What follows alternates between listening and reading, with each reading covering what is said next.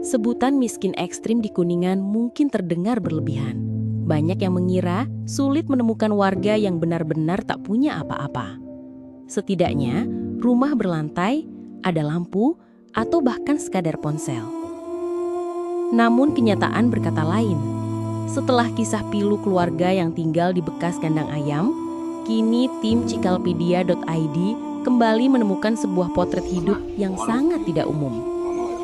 Jauh dari keramaian, di antara hamparan sawah dan hutan, hiduplah sebuah keluarga dalam kegelapan, tanpa setitik pun cahaya listrik. Dialah Husin, 52 tahun, yang akrab disapa Edoy. Bersama istri dan ketiga anaknya, ia menempati sebuah gubuk sederhana berukuran 3x6 meter, terbuat dari bambu, papan, dan sisa material pemberian warga. Tak ada dapur, apalagi ruang tamu atau televisi. Bangunan itu hanya cukup untuk menyimpan sehelai tempat tidur, pakaian, dan tikar untuk berkumpul keluarga. Dapur dan kamar mandi terpisah di luar rumah. Beruntung, pemilik tanah sudah membuat sumur, sehingga mereka bisa menimba air untuk minum, memasak, dan mandi. Namun untuk buang air besar, mereka masih mengandalkan saluran air tak jauh dari kediaman mereka. Ya, pas nincak 3 tahun ya abdi di dieu. Gitu. Sebelumnya abdi eta di Lintung abdi kenging 3 tahun.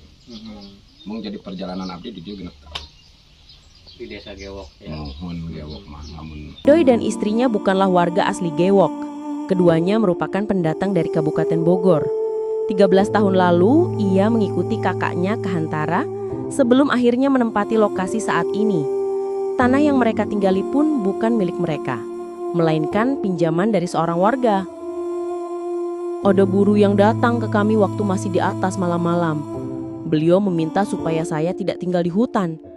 Atas segala kebaikannya, saya ikuti sarannya dan sampai saat ini, alhamdulillah di sini di lokasi tanahnya.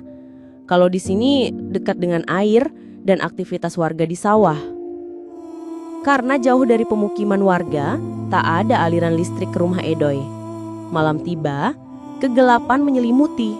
Mereka hanya mengandalkan cempor jika ada uang untuk membeli solar. Penghasilan Edoy dari buruh merumput pakan kambing atau menjual sampah hanya cukup untuk membeli beras dan bahan makanan. Kalau malam, gelap. Sedikit terang kalau ada bulan. Saya coba beli solar sel kecil, tapi tidak kuat lama. Tuturnya lagi. Kondisi ekonomi yang sulit ini juga mempengaruhi pendidikan anak-anaknya. Anak pertamanya, Yanti 14 tahun, hanya bisa sekolah hingga kelas 1 SMP.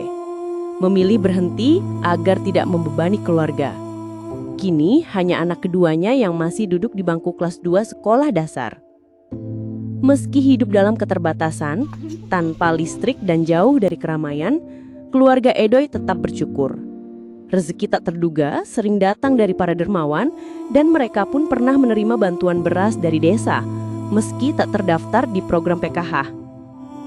Kalau terdaftar di PKH sih tidak, tapi pernah menerima bantuan beras dari desa, alhamdulillah rezeki ada saja.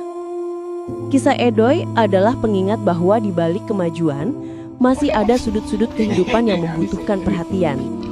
Akankah ada harapan bagi keluarga ini untuk merasakan terang benderang?